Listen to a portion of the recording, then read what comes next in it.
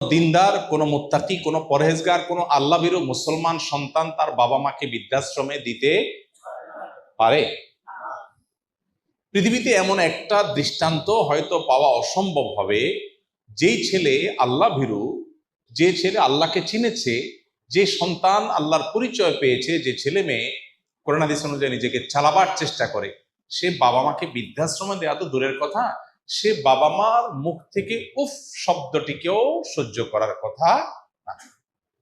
অতএব খুবই পরিষ্কার, আজকের এই পৃথিবীর জাঁকজমকপূর্ণ এবং চাকচিক্যপূর্ণ যে দৃশ্য আমরা দেখতে পাচ্ছি, এর অন্তর্নিহিত এবং ভেতরগত দিকটা অত্যন্ত কদর্য, অত্যন্ত খারাপ। তার উজ্জ্বল উদাহরণ হলো এই বৃদ্ধাশ্রমের কালচার। যত তথাকথিত জাগতিক শিক্ষায় শিক্ষিত মানুষ, তত বেশি বৃদ্ধাশ্রমের কালচার সেখানে এস্টাবলিশড।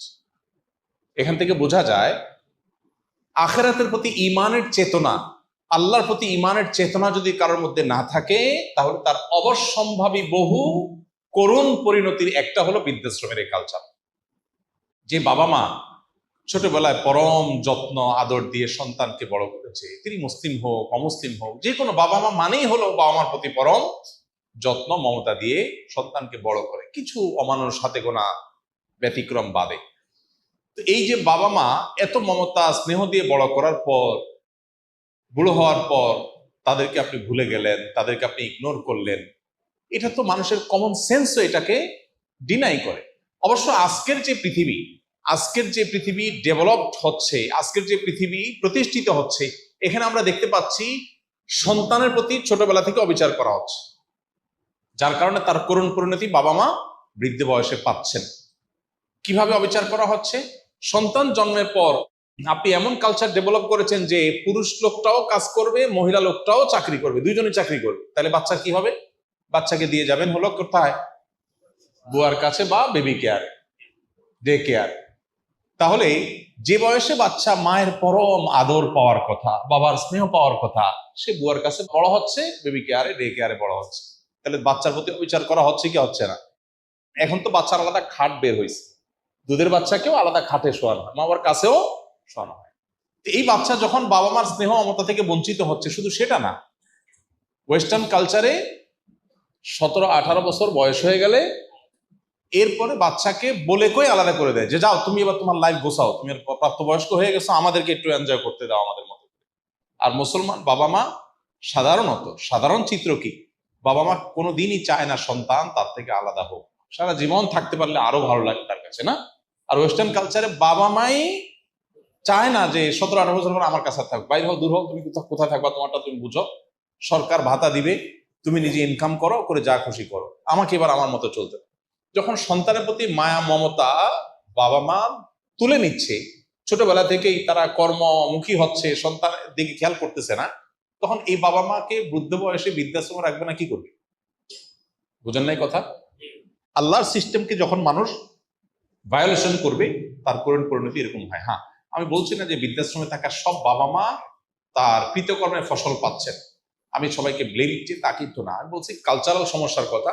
অনেক বাবা মা সন্তানকে মানুষ মতো মানুষ করার চেষ্টা করেছেন, কিন্তু সন্তান কুলাঙ্গার এবং অমানুষ হয়েছে, এটা সন্তানের দোষ, বাবা মার দোষ না। এরকম বহু বাবা মাও আছেন। আল্লাহ তাআলা আমাদেরকে আদর্শ বাবা মায়ের ভূমিকা অবতীর্ণ হওয়ার তৌফিক দান করুন। শাহজালাল রহমতুল্লাহ আলাইহির মাজারের দান বাক্স সিলগালা বসলো প্রশাসনের নতুন দান বাক্স, এই উদ্দেশ্যকে আপনি কিভাবে দেখছেন? মাজারের দান বাক্সে যে পরিমাণ টাকা, কয়েকদিনের দান বাক্সে যে পরিমাণ টাকা উঠছে, কত লাখ টাকা জানি উঠছে? 17 লাখ টাকা। কয়দিনে? 3-4 দিনে। সুবহানাল্লাহ। তাহলে মাসে কত টাকা হয়? তাহলে বছরে কত কোটি টাকা হয়? এই টাকাগুলো কই যায়? অবশ্যই এই টাকার তসরুপ বা এই টাকা আপনার তথাকথিত খাদেমরা বা পেছনে থাকা লোকেরা যদি টাকা ভোগ করে টাকা পয়সা উড়ায় বা টাকা অন্যায়ভাবে আত্মসাৎ করে, তো সেখানে তো প্রশাসনের কাজ করাই উচিত। প্রশাসন তো এমন এই কাজ যদি সেইটাকে দমন করার জন্য হয় এবং এটা প্রপার ইউজের ব্যবস্থা করা হয়, তাহলে এটা প্রশংসনীয় কাজ, অবশ্যই প্রশংসনীয় কাজ। আমাদের দেশে মানুষ কত সহজ সরল। আমরা মাজারে টাকা দেই। মাজারে কেন টাকা দেই? বিপদ দূর হওয়ার জন্য, না? মাজারে টাকা দিলে মনের আশা পূরণ হবে, বিপদ দূর হবে। এতে কোরআন বা হাদিসে কোথাও আছে? নাই, কিন্তু আমরা দিচ্ছি। বহু মসজিদ টাকার অভাবে বানানো যাচ্ছে না, বহু মাদ্রাসা টাকার অভাবে ছেলেরা বাচ্চারা খাবার পাচ্ছে না, বহু গরিব মানুষের বাসায় খাবারের ব্যবস্থা নেই, বহু বেকার সামান্য একটু টাকার জন্য বেকারত্ব দূর হচ্ছে না, অথচ মাজারে গিয়া লাখ লাখ কোটি কোটি টাকা মানুষ ঢেলে দিচ্ছে মিথ্যা আশায় যে এখানে দিলে আল্লাহ আমার সমস্যা দূর করে দিবে। আল্লাহ তো বলেন নাই। শাহজালাল সাবরান রহমতুল্লাহ আলাইহিমা তারা নিজেরাও জীবদ্দশা বলেন নাই যে আমাদের মারা যাওয়ার পরে আমাদের কবর পাশে টাকা ঢেলে দিলে তোমাদের কাজ হয়ে যাবে। তারা বলছেন কোথাও? কেউ দেখাতে পারবে? তাহলে এটা একটা ব্যবসা, এটা একটা কি ব্যবসা। অতএব এই আত্মসাৎ বন্ধের উপায় অবশ্যই প্রশংসনীয় যদি সেটার সঠিক ব্যবহার করার উদ্যোগ নেওয়া হয়। কোন আয়াত বা হাদিসে টুপি পরিধান করার বিধান আছে কিনা? উত্তর হলো, টুপি নবী করিম সাল্লাল্লাহু আলাইহি সাল্লাম পরেছেন, সাহাবা একরাম পরেছেন, পড়তেন। এটাকে ওলামা একরাম সুন্নতে আদা বলেন। সুন্নতে আদা, সুন্নতে ইবাদাহ না। সুন্নত দুই প্রকার, একটা হলো অভ্যাসগত সুন্নত, আরেকটা হলো ইবাদতগত সুন্নত।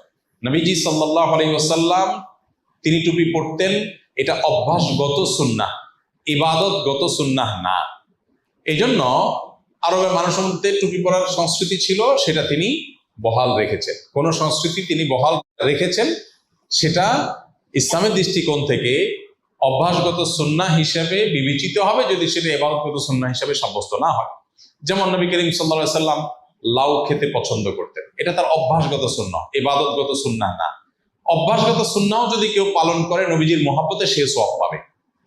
কেউ যদি লাউ পছন্দ করে খায় এই কারণে যে নবী করিম সাল্লাল্লাহু আলাইহি সাল্লামের পছন্দের আইটেম ছিল সেজন্য আমি খাচ্ছি, ওকে, তাহলে এর জন্য তিনি নবীজির মহব্বতে তিনি করছেন, এই জন্য তিনি অবশ্যই আল্লাহর কাছে বিনিময় পাবেন। সেই হিসাবে টুপি যদি কেউ অভ্যাসগত নবীজির সুন্নাহ হিসাবে তিনি করেছেন, তিনি কোনো নির্দেশ এর জন্য দেন নাই, কোনো ফজিলত আলাদা বর্ণনা করেন নাই, বাকি তিনি পড়েছেন এই জন্য তার মহব্বতে আমি পড়ি, এই জিনিসটা যদি কারোর মধ্যে থাকে তাহলে সেক্ষেত্রে সে আল্লাহর কাছে আজর আশা করবে।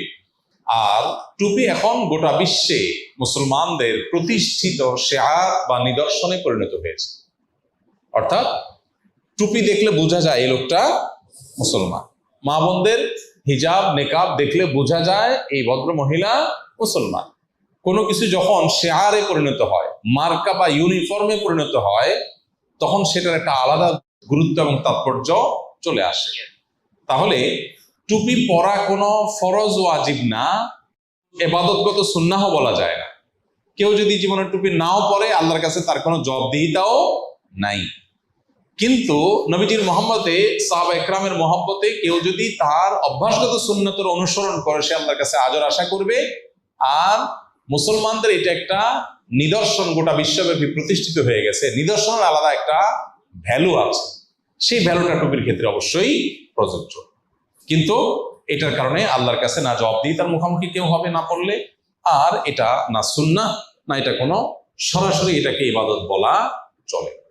এই জন্য কোনো ভাই টুপি পরেন না তো তার প্রতি কোনো প্রকার আপনার খারাপ চিন্তা করার কোনো সুযোগ নাই, কারণ শরীয়ত এটাকে পড়তে হবে এরকম কোনো ম্যান্ডেটরিও করে নেই, এমনকি ইবাদতগত সুন্নাহ সাব্যস্ত করে নেই। তাহলে এটা কেউ না পড়লে তাকে নিয়ে কোনো মাথা ব্যথা হওয়া উচিত না। আবার এটা যেহেতু ইসলামের নিদর্শনে পরিণত হয়েছে, অতএব এটাকে অবজ্ঞা, অসম্মান, অশ্রদ্ধা এটা জঘন্য বিষয়।